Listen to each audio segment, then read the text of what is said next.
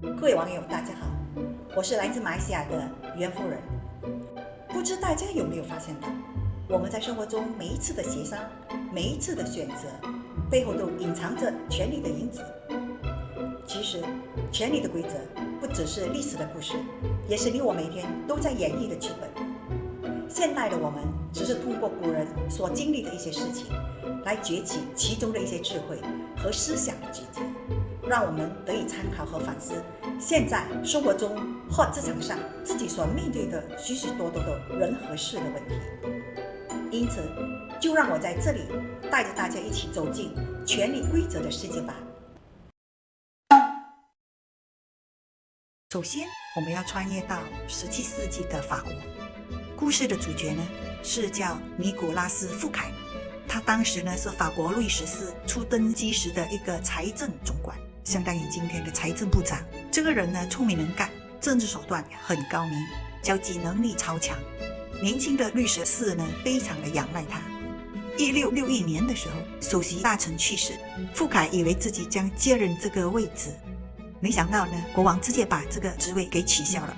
国王这个决定让富凯怀疑自己被抛出了权力的圈子，他心情呢非常恐慌。于是呢，他决定在自己的新城堡举办一场史无前例的奢华派对，希望借此呢向国王展现自己的忠诚和实力。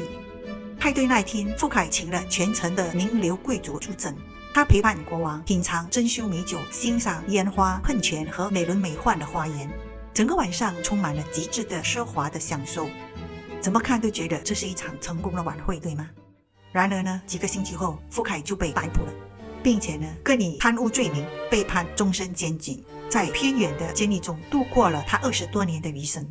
其实这个指控不过是个幌子，真正的原因是富凯的表现太过耀眼，他太能干，太有钱，太有才，甚至比国王更有存在感。而替代富凯的呢，是当时在巴黎以吝啬著名的科尔波特。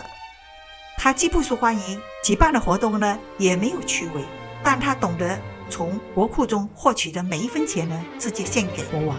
路易14因此得以聚集大量的资金，建造了超越富凯城堡的凡尔赛宫，甚至部分设计都直接抄袭了富凯的城堡。在现实生活中，像路易14这样的上司随处可见。在职场中，我们必须了解自己的老板和上司，而不只是埋头工作，忽略身边的人和事。我并不是鼓励您卷入办公室政治，但至少要花些心思来观察那些对你生活、福利或职位升迁有影响的人。如果他们具备类似的性格特征，那么保持低调、踏实工作，或者就能像科尔波特一样取得理想的成就。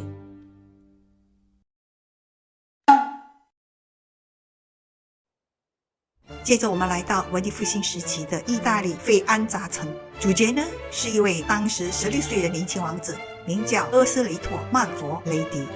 英俊潇洒，才华横溢，天生自带一种无法忽视的魅力。每个见过他的人呢都会被他迷住，对他的外貌和亲切态度呢赞不绝口。在1501年，切萨雷·博基亚率军攻陷了费安扎，出乎所有人的意外是，他没有大开杀戒，而是宽容地释放了全城的居民，仅占领了当时的城堡。他甚至于让这位年轻的王子继续住在皇宫里，似乎毫无恶意。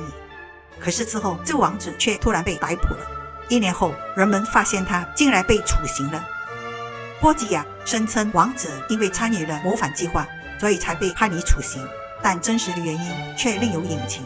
他嫉妒王子的优秀和魅力，感到自己随时可能被这位年轻人取代。尽管王子并没有威胁到他，但王子的存在让他充满着不安和焦虑。于是他最终以莫须有的理由除掉了这位王子。这个悲剧告诉我们一个现实，有时候自带的优秀和魅力反而会带来危险，尤其是当你的上司虚荣心强、嫉妒心重时，更是要学会藏起锋芒，掩盖自己的优势。如果你自身才华横溢，天生耀眼，就要特别小心那些嫉妒心重的人，尤其是您的上司。虽然别人赞美是件令人愉快的事，但现实往往不那么美好。那些表面夸奖你的人，内心可能充满嫉妒，甚至敌意。你的优秀让他们感到自卑、示弱，甚至萌生打压你的念头。即便是亲人尚且如此，更别说职场上的上司了。所以学会隐藏自己的优点是一种自我保护的智慧，等待机会成熟时，你仍然可以展现真正的实力，成就一番事业。在这之前，低调是你最好的护身符。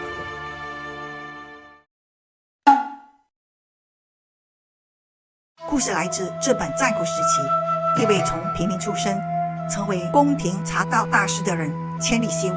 他才华洋溢，深受皇室的喜爱，尤其得到丰臣秀吉的宠幸，不仅在皇宫内有专属住所，还被全国上下所尊崇。正当一切看似如此美好之时，在1591年，他却突然被判刑。原来千利休的一座木雕是放在京都重要的寺庙大德寺寺门上方，足底穿着象征皇族地位的拖鞋。更糟糕的是，丰臣秀吉入寺时就得从千利休的雕像底下走过。这事在丰臣秀吉眼中看来，无疑是一种越界和挑衅，大大的冒犯了自己的权威。他认为千利休忘记了自己的地位和成就，全是靠他的恩师得来的。这件事最终导致千利休付出了生命的代价。这个故事揭示了一个深刻的教训：在上司面前表现得太过优越，是一种愚蠢且鲁莽的行为。在职场中锋芒毕露，总不是一件好事。以及在羽翼未丰时与上司硬碰硬，不如采取更柔和的方式去适应他，讨好他们。当然，过度的讨好可能适得其反，但谨慎的迎合却是一门值得学习的艺术。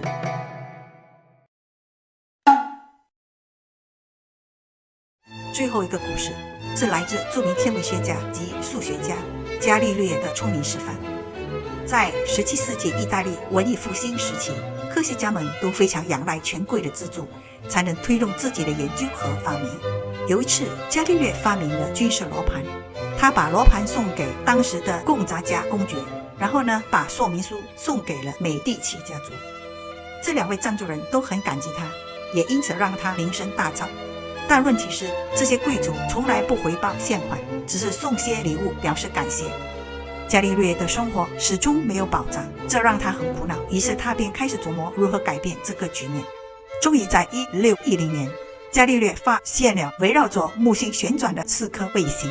这次他决定换一个策略，不再平等分享荣耀，而是把这个重大的发现完全献给美第奇家族。他为什么选美第奇家族呢？因为他们是当时最强的家族之一，政治和金融实力都非常庞大。于是伽利略向外宣布这个发现，他把木星比喻为科西莫一世，并且巧妙地把另外4颗卫星比喻为刚登基的科西莫2世和他的3个兄弟。伽利略这番操作，直接把美第奇家族的形象从凡间提高到宇宙的层次，并且暗示他们家族是上天选择到人间来统领天下的人。这个策略果然带来回报，美第奇家族正式委任他为宫廷的哲学家和数学家。这对伽利略来说简直是人生的巅峰，因为他终于摆脱了向权贵讨生活的日子，得到了稳定的支持，结局皆大欢喜。这个故事告诉我们，选择聪明的策略和合适的对象，比单纯的埋头苦干更重要。适当的奉承是打开成功之门的锁匙，但是要有策略，不要过分于分散你的努力。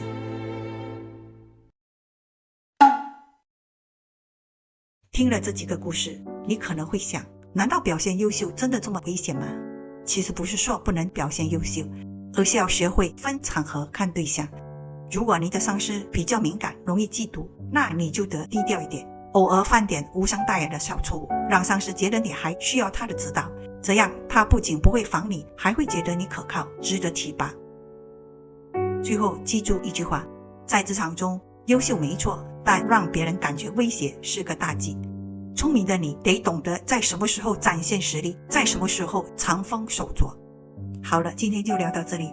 如果觉得这个视频对你有启发，记得点个赞或留言。我们下次再见。